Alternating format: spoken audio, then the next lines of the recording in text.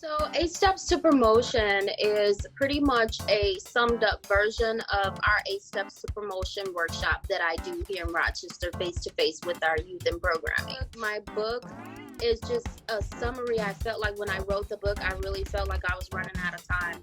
I wrote that book at my weakest, lowest moment of my life, and I was ready to give up on Journie. And I had a lot of negative thoughts, and my mental health just wasn't in a healthy place.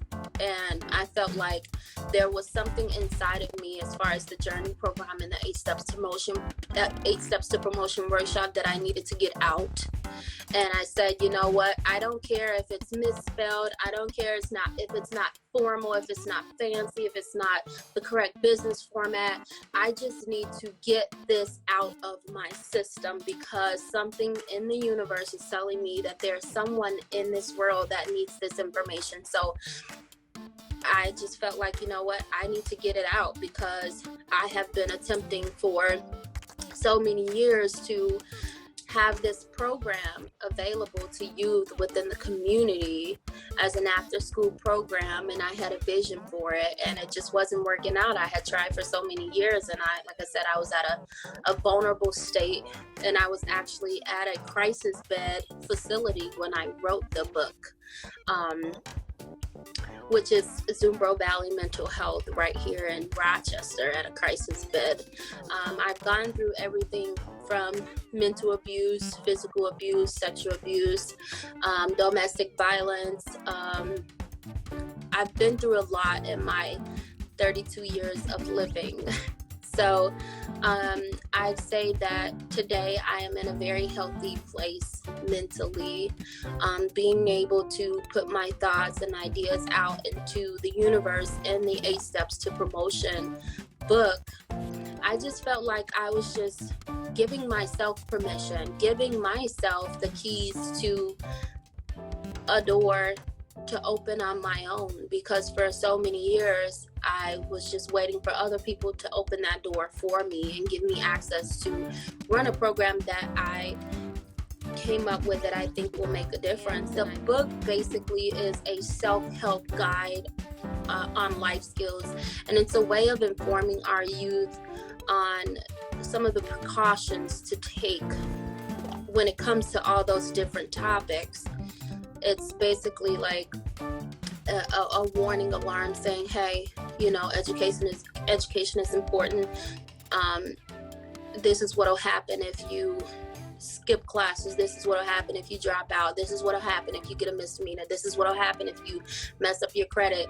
Like, these are all warning signs that I think if our youth found out this information at an earlier age, that'll prevent so many roadblocks that they will run into once they reach adulthood. Like, I didn't know anything about credit until I got a phone through T-Mobile, and I didn't pay my phone bill and got something from somewhere that said collections, and I'm like, what are you guys collecting? What is this? So I didn't know about Sally Mae. I didn't know about collections. I didn't know about felonies. I didn't know anything about being fired from a job and references. I didn't know about experiences, you know, and how having work experience is a big deal when looking for another job. I did not know that you have to pay public defender's fee. I thought public defenders were free, you know. So there's so much information that we teach the youth in the Journie workshop that I think that are life skills that I think will assist and help these young people to become better adults, you know.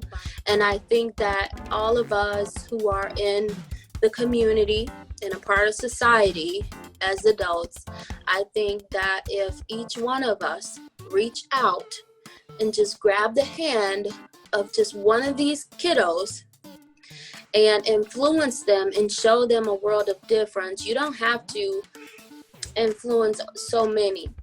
You can just grab one, and we can make a difference one at a time. So the Primacy Firm published my book. So how that came to happen was while I was at Zumbro Valley mental health. I don't know why, but accomplishing a goal always helped me to feel better, or feel like I am at least moving forward. So my first 4 or 5 days, I just wanted to focus on being a vegan. I felt like I wanted to put all healthy things in my body, just water, fruits, and vegetables. So I kind of focused on that first, and that helped me to fuel my body and make me feel a little bit better. And then working out on that treadmill and taking walks around the little lot a bunch of times, my brain felt more ready to make decisions and things like that after my body felt good. I didn't come up with the idea when I went in there to write the book. I prayed and I prayed and I prayed, and I sat down and I spoke with one of the therapists there, and she said, well, you have to figure out a way of making your goal happen without leaving it in the hands of someone else. And how I did that, I said, how do I do this? And I just prayed. I remember praying, and the moon was out. I'm a stargazer. There's this one really bright star in the sky that I tell my kids, I'm like, that's my star. I look at it. I don't care if I'm on the highway on my way to Chicago to visit family. I can see that thing even from Chicago. And I'm just like, hey. So anyways, I saw my star out of the window, out of my bedroom. I had my own little room there at the treatment place, and I saw my star, and I was just like, I gotta get out of here. I gotta get back to my kids. I'm not, insane, or I'm not mentally unstable or anything like that. I'm just distressed, And so, not even 10 minutes later, I saw a book with my face on it, and it said 8 Steps to Promotion. And I turned my light on and I started writing. And I was done by lunchtime the next day. And something said, because of some of the medication that they was giving me there, it would make me like drowsy or sleepy, or I couldn't really think at the highest level capacity that my mind is capable of. So I was just like, I've got to get this on paper before it's med time. And I'm not able to think anymore. So it was one of those me versus me moments. Like, can you do this? You have to do this. You have no other choice. And by lunchtime, I skipped breakfast.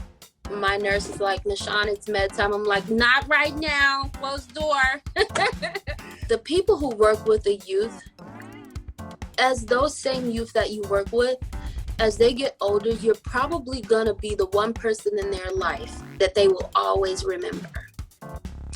And once you can understand that, then your impact will change, because you're that one person in their life that they will always remember. So you want to make sure that you leave a positive memory with that youth. I've worked with some difficult youth, youth who are difficult to work with, and just having that patience with them, and knowing that they are all different and they come from all different walks of life, and the age that they are, which is between 13 and 17 years old, that's an age where they're unsure of themselves, and they're just seeking out life, and their minds are so much more creative than ours, and the challenges that they are facing are 10 times as challenging as ours was growing up.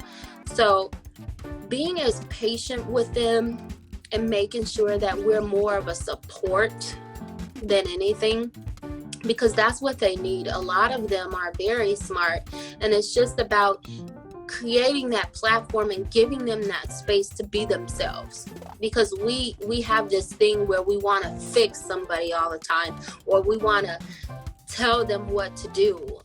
I think it's a matter of creating a space for them to be as creative as they want to be, so that they can discover who it is that they want to be and discover who they are, versus trying to be who we want them to be in a world that's already challenging.